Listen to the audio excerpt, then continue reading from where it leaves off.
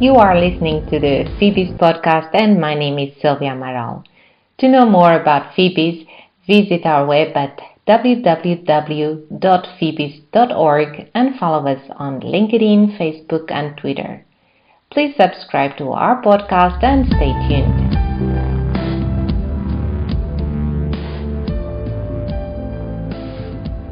In today's episode, I have the pleasure to talk with Leroy Pinto. He is Head of Sales and Marketing Solutions at Chris Golf. And today we are going to talk about supply chain, its impact in business and risk mitigation, among other aspects. Leroy, welcome and thank you for joining the FEBIS podcast. Good morning, Sylvia. Thank you for having me. It's a pleasure to be doing this podcast with you today. Was really looking forward to it. Leroy, as I said, we are going to talk about supply chain, its impacts, and among other aspects. So, my first question, how can a bad supply chain impact your business?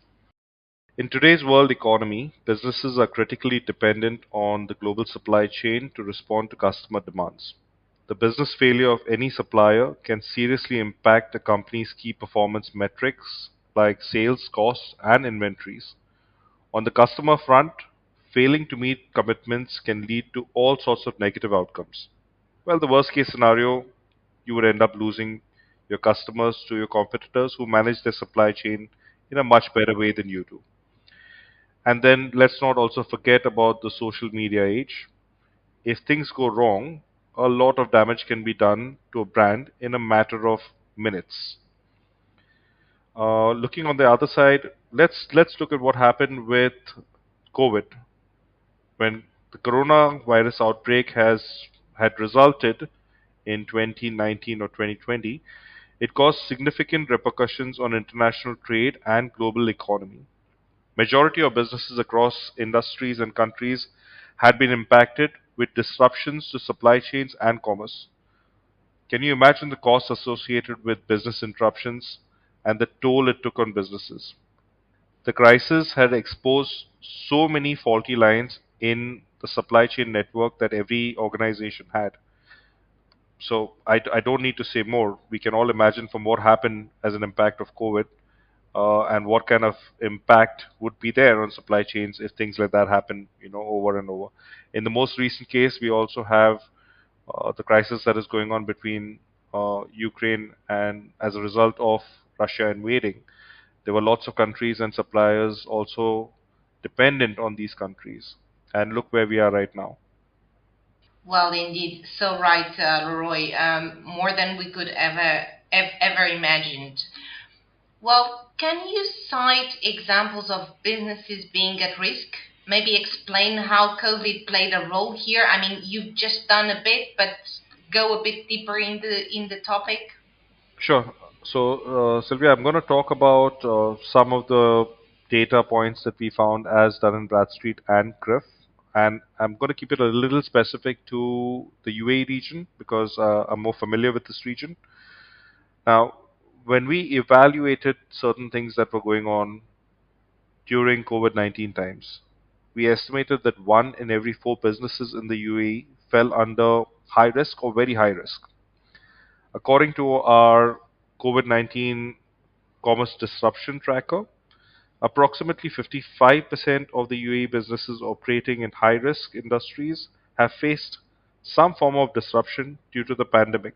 This is as of February 2021. I know we're in 2022, but I'm just quoting numbers of what happened then because it's a specific quote that I can give. Moving on, if you look at the third quarter of 2020, CRIF also gathered client feedback to assess what kind of impact did they feel as a result of the pandemic. What kind of impact did they have on their business and operations?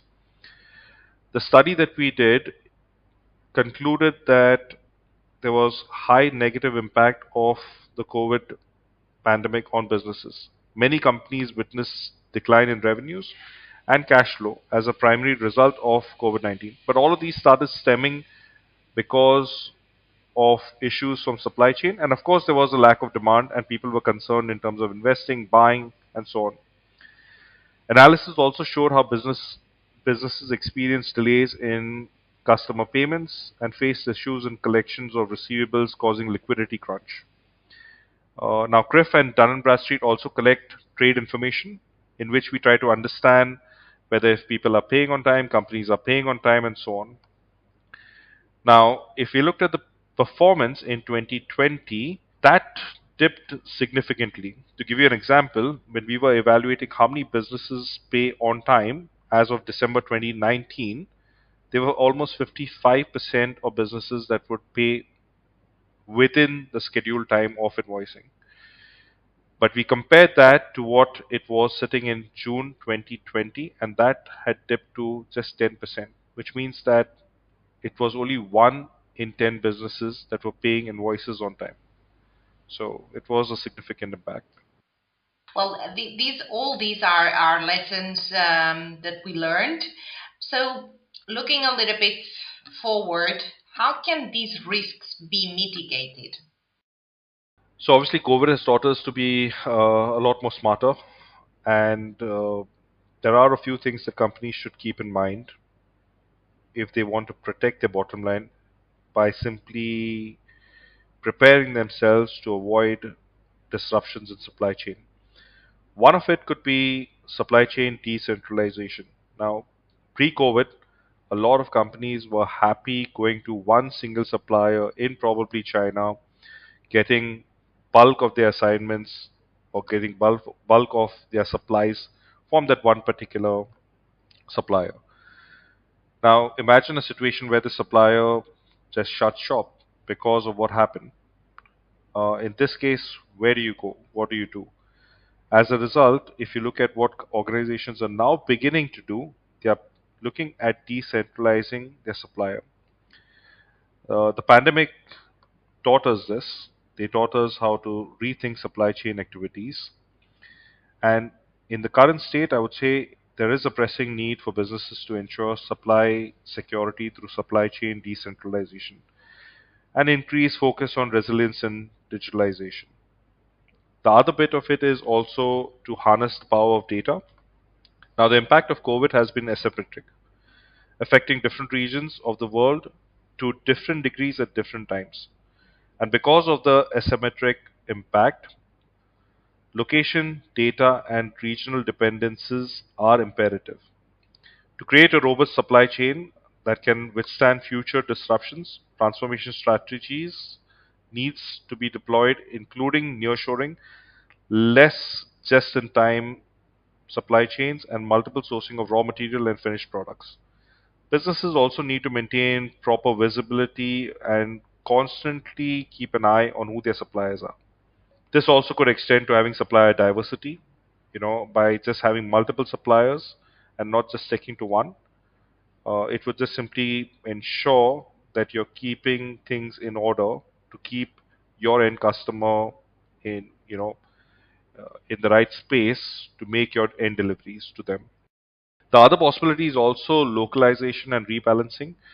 The trend of nearshoring or localization of supply chain uh, will gain momentum. It has already begun to gain momentum, but I believe it will gain even more momentum as this may help in avoiding inventory disruptions. Thanks to the pandemic, which exposed so many vulnerabilities of production models, businesses will now seriously consider about balancing this approach and not just stockpiling from one single supplier in a country, just in that single fashion. They also need to focus on looking at data very, very closely because you can get enough information about a supplier and a supplier's supplier to understand whether if you're dealing with somebody that is safe or whether if you're dealing with somebody that is at high risk. I see. Well, going a little bit even more in detail, what tools can be used to mitigate risk? So companies can enhance supplier chain visibility. Many companies have limited visibilities into which of their tier 1 suppliers have risks stemming from sub-tier suppliers, which could endanger business reputation as well as invite dissatisfied customers. Businesses need to have a transparent view of the entire supply chain, including suppliers and sub-suppliers, to identify and eliminate direct and indirect risk.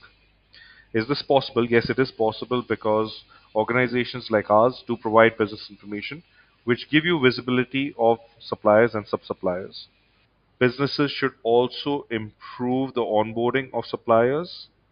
They need to define supplier risk assessment process that incorporates both onboarding of suppliers, and it's also important to monitor what's going on with those suppliers.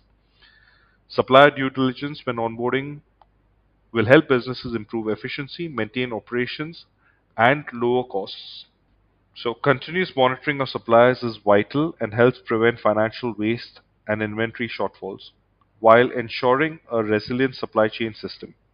Businesses can use supply chain analytics enabled by technology to gain end-to-end visibility, ensure ongoing health scan, spot vulnerabilities, and grow businesses while supporting business relationships in times of certain uncertainty. Ultimately, risk management in the supply chain is crucial. To see the coronavirus effect on suppliers, businesses should be referring to COVID-19 Impact Index, which may help identify risk and reduce impact on their business and supply chain. They should also be referring to business information and monitoring indexes of what's going on with their suppliers. That would be the 2 cents that I would have on how to mitigate risks.